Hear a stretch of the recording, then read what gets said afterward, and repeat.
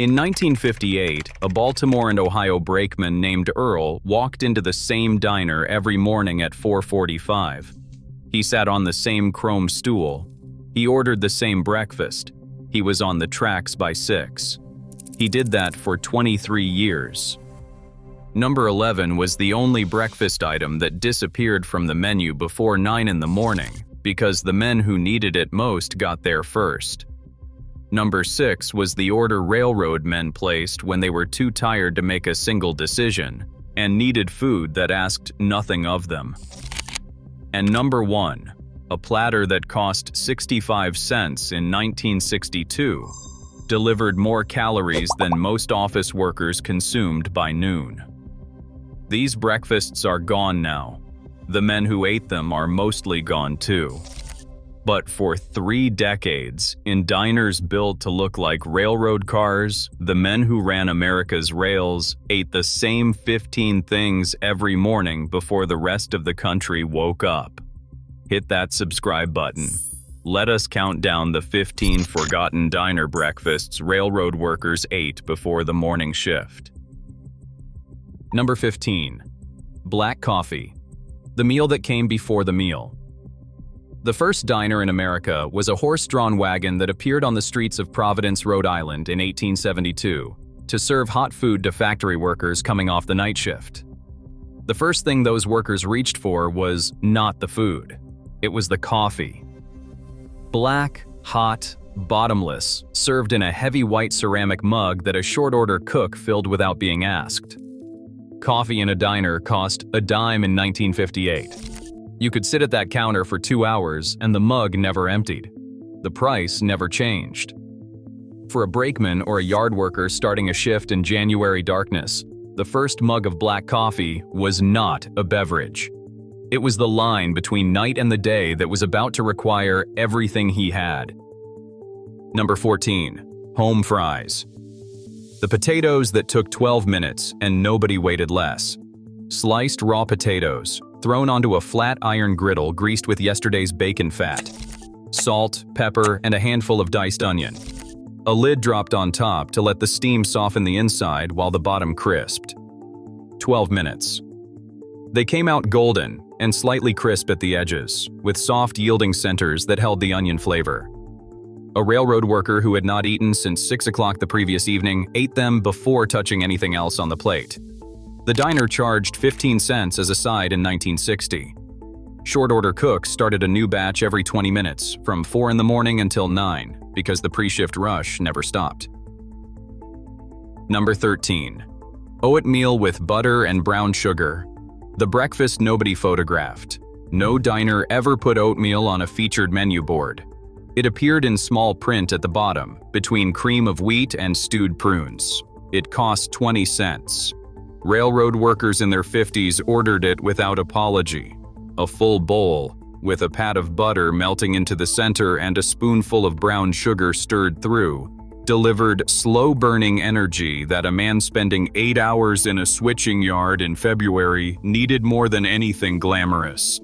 Older workers who had grown up during the Depression recognized oatmeal as the meal their mothers made when there was nothing else. In a diner at 5 in the morning, surrounded by other men heading to the same shift, that memory was not sad. It was solid. The kind of solid a man wanted under him before a long day on the rails. Number 12. Corned beef hash. The can that became a diner institution. Corned beef hash pulled from a can, broken apart on the flat griddle, pressed into a wide cake and fried until the bottom formed a dark crust, while the interior stayed soft. The crust was everything. Too pale, and the flavor was flat. Too dark, and the edges turned bitter. The 12-second window between perfect and ruined was what separated the good diner cooks from the ones who moved on. A can of Libby's corned beef hash cost the diner about 20 cents in 1960 and produced a portion that sold for 45 cents on the plate.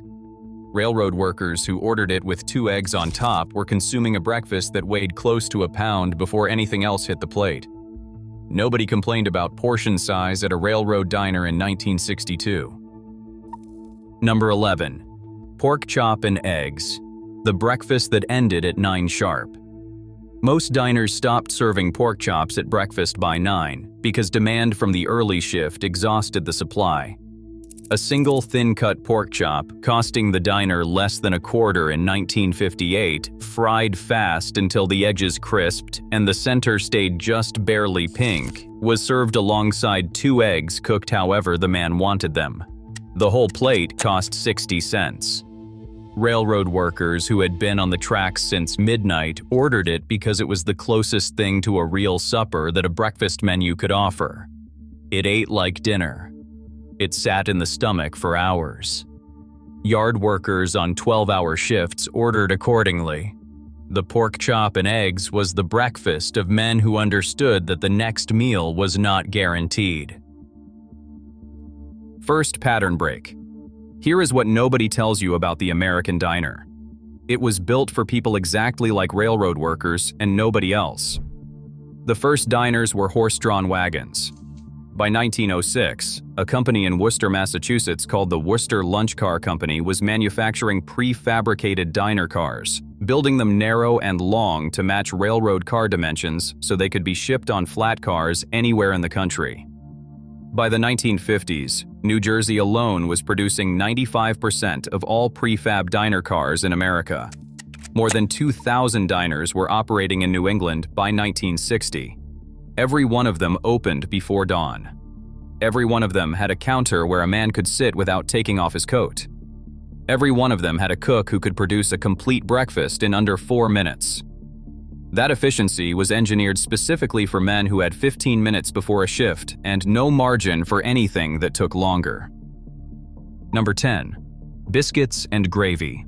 The southern import that conquered every railroad town. Thick white gravy made from pork sausage drippings, flour, and milk poured over 2 split biscuits on a heavy ceramic plate. Biscuits and gravy had started as a southern working-class staple, cheap enough to feed a family of 6 for under 50 cents. By the 1950s, it had traveled north and west along the railroad lines and settled into every diner within walking distance of a rail yard. The dish cost 35 cents at most railroad diners in 1960. It delivered more calories per dollar than anything else on the menu. A yard worker from Georgia had moved north to work the B&O lines. He ate biscuits and gravy in a diner in Cumberland, Maryland, and recognized something that had followed him 1,000 miles. It tasted like home on a cold morning. That was the entire point. Number 9. Fried scrapple. The regional breakfast nobody outside Pennsylvania understood. In diner towns along the Pennsylvania Railroad corridor from Philadelphia to Pittsburgh, there was a flat brick of gray-brown pressed meat on the griddle every morning that men from outside the region ordered exactly once before asking what it was. Scrapple. Pork scraps and organ meat simmered with cornmeal and buckwheat flour until they set into a dense loaf, sliced 1/4 inch thick, fried until both sides turned deep mahogany. Pennsylvania railroad workers in their 40s had eaten it since childhood. It cost 18 cents a slice in 1958. Men who grew up on it ate it without explanation. Men who had never tasted it pushed it to the side. Nobody who grew up on it ever stopped ordering it. Regional loyalty in a diner was not a preference. It was identity. Number 8. 2 eggs any style. The order that defined the American morning. 2 eggs any style was the most ordered breakfast item in every working-class American diner for 30 consecutive years. Over easy meant the white was set, and the yolk ran when broken. Sunny side meant no flip. Over hard meant no running yolk. The order of men who did not like surprises at 5 in the morning. A short-order cook at a busy railroad diner in 1958 cracked between 200 and 400 eggs on a single morning shift. His hands moved without thought. 2 eggs with toast cost 25 cents. A railroad brakeman making $80 a week in 1960 could eat 2 eggs every morning for under $20 a month. It was the cheapest protein available. It was also the best one. Number 7. Pancakes. The stack that explained everything about the American appetite. 3 pancakes, each one the size of a dinner plate, cooked on a flat griddle greased with butter until the surface bubbled before the flip. served in a stack with a square of butter melting between each layer, and a tin pitcher of maple syrup on the side. The whole order cost 30 cents at most railroad diners in 1962. A railroad fireman burning 3,000 calories a day needed carbohydrates in a quantity that most modern nutritionists would find alarming. He ordered the stack without looking at the menu, because the menu did not need to be consulted. The cook had the batter already poured before the man's coat was off. That is what 20 years of the same breakfast on the same stool at the same counter does to a professional relationship. It becomes a conversation without words. Second pattern break. Here is the number that tells you everything about what these men were doing before breakfast. A steam locomotive fireman in 1955 burned approximately 3,500 calories on a 12-hour run. A railroad track laborer working ballast maintenance burned close to 4,000 calories. A brakeman coupling cars in a switching yard in winter burned 2,500 calories before noon. Every one of those men sat down at a diner counter before the shift and ordered the largest breakfast the menu offered. They were not indulging. They were calculating. They ate before the shift because they could not predict when the next meal would come. The diner was not a luxury. It was the maintenance bay. Number 6. Bacon and toast. The order that asked nothing of anyone. 4 strips of thick-cut bacon laid flat on the griddle. 2 slices of white bread in the toaster. The bacon came out crisp and dark at the edges, still slightly soft in the center. The toast came out gold. Butter went on before it hit the plate. The short order cook assembled it in 3 minutes. The man at the counter ate it in 4. Nothing was left. Bacon cost the diner about 4 cents a strip in 1960. 4 strips and 2 slices of toast sold for 30 cents on the plate. It was food a man could eat at 4:50 in the morning with his coat still on and his mind already on the day ahead. That was exactly enough. Number 5. The railroad platter. The order that had no official name. Every diner near a rail yard had an item with a different name, but the same contents. 2 eggs, any style. Home fries, 2 strips of bacon or 1 sausage patty, 2 slices of toast. Coffee included. 65 cents in 1962. Everything cooked on the same flat iron surface by one man who never put down his spatula. The plate arrived before the coffee was half finished. Regular customers got their platter started when the cook saw them come through the door. No order placed, no conversation required. 20 years of the same breakfast earns that. Number 4. Apple pie for breakfast. The dessert that was not a dessert. Diners baked their pies overnight. By 4 in the morning, apple pie had been cooling on the counter for 6 hours. Railroad workers in their 40s ordered a slice with their coffee before the eggs arrived. They had grown up in households where leftover pie was a legitimate breakfast and saw no reason to reclassify it as adults. The diner charged 15 cents a slice in 1960. It was thick crust, soft apples, cinnamon, and the understanding that a man about to spend 8 hours in a cold switching yard deserved something that tasted like someone had made it for him. That contract between the diner and the customer was never written down. Everybody understood it anyway. Number 3. Ham, steak, and eggs. The big order for the long days.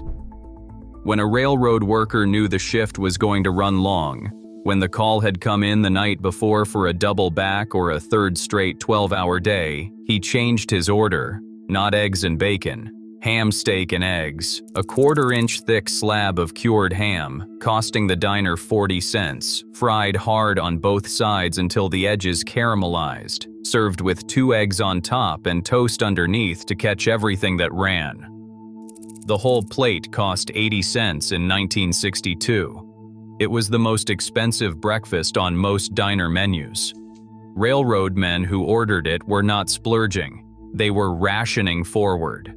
1 large breakfast before a long day was more efficient than 2 smaller meals with no time to eat them. Third pattern break. Here is what disappeared when the diners closed. Between 1965 and 1985, chain restaurants replaced more than half of the independent diners near American rail yards. McDonald's opened its 10,000th location in 1988. The independent diner, the one with one owner, one cook, and 15 regulars in the same seats every morning, was not equipped to compete. Most did not survive. What disappeared with them was not just the food, it was the counter. The specific institution of the counter, where a man alone could sit among other men alone and not be alone, where the cook knew your order and the mug was filled before you asked. Railroad workers who lost their diner lost the 30 minutes before the shift that belonged entirely to them. No foreman, no schedule, just a hot mug and a plate that arrived without asking. That is not nothing. That is everything, actually. Number 2. SOS. The military export that conquered the morning shift. Creamed chipped beef on toast. Every veteran who came home from the war had eaten it on base. He had called it something unprintable. He had also eaten it every time it appeared on the diner menu, because the name did not change the fact that it worked. Thin slices of dried salted beef stirred into a thick white gravy made from flour and whole milk, poured over 2 slices of white toast. The salt in the beef seasoned the gravy without any extra effort. The whole thing sat heavy and warm in the stomach for 4 hours.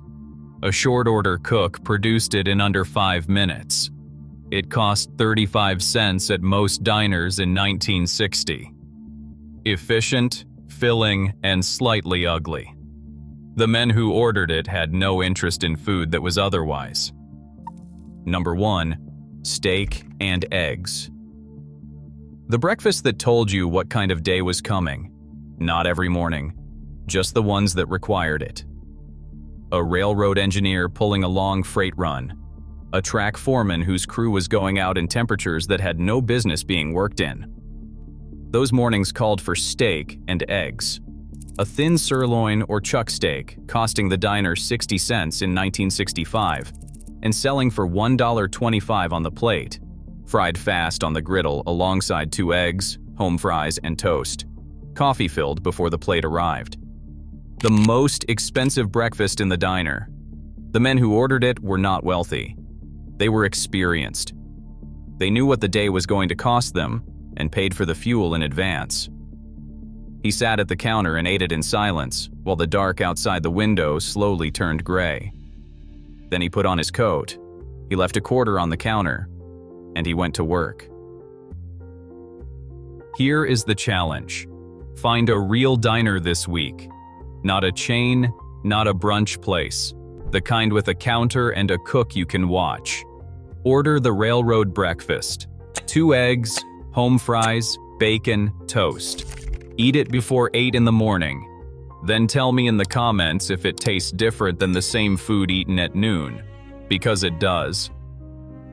If your father or grandfather worked the rails and you know which diner he sat in every morning, I want to hear the name of it. Those places had names, and the men who sat there every morning for 20 years deserve to have someone say them out loud. These were not fancy breakfasts. They were the meal a working man gave himself before giving everything else to the job. That is worth remembering and worth ordering again.